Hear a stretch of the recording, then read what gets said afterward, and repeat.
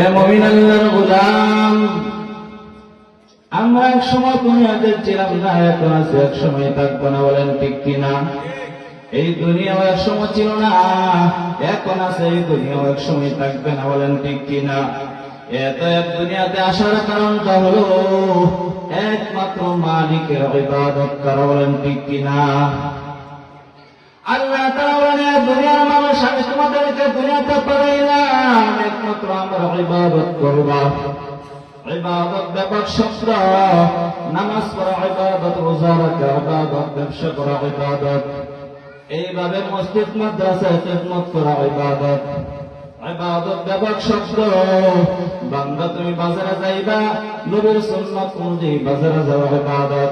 বান্দা তুমি বন্ধুর সাথে কথা বলবা, হাসি মুখে কথা বলে, এটা ইবাদত।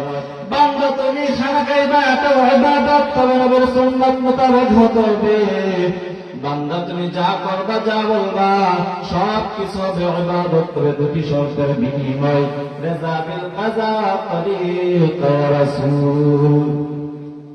আল্লাহ তাআলার হুকুম, নবীর তরিকা অনুযায়ী বান্দা যখন তুমি সব কিছু করবা, সব কিছু করার পর আমার আল্লাহ সব কিছু ইবাদত বলে গণ্য করবে।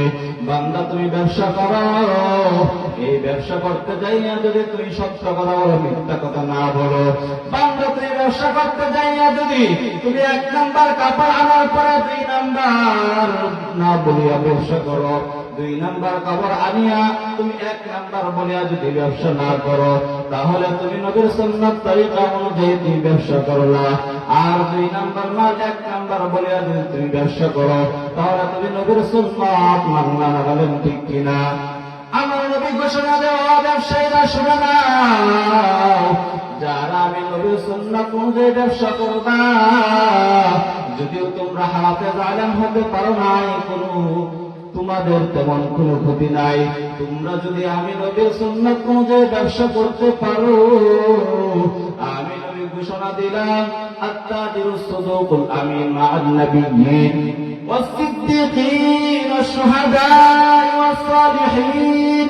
আমি নবী ঘোষণা দিলাম সত্য ব্যবসায়ীদের ব্যাপারে, যারা আমি নবীর হুকুম, আমি নবীর তরিকা অনুযায়ী ব্যবসা করবে, আল্লাহর হুকুম অনুযায়ী হালাল ভাবে ব্যবসা করবে, তারা কাল কিয়ামতের দিন আমি নবীর সাথে, সাহাবায়ে কেরামের সাথে, সিদ্দিকগণের সাথে তাদের হাসর নাসর কায়েম হবে। এজন্য মুসলমান যা করবো, যা বলবো, সব কিছু যেন আমার আল্লাহর হুকুম নবীর তরিকা অনুযায়ী হয়।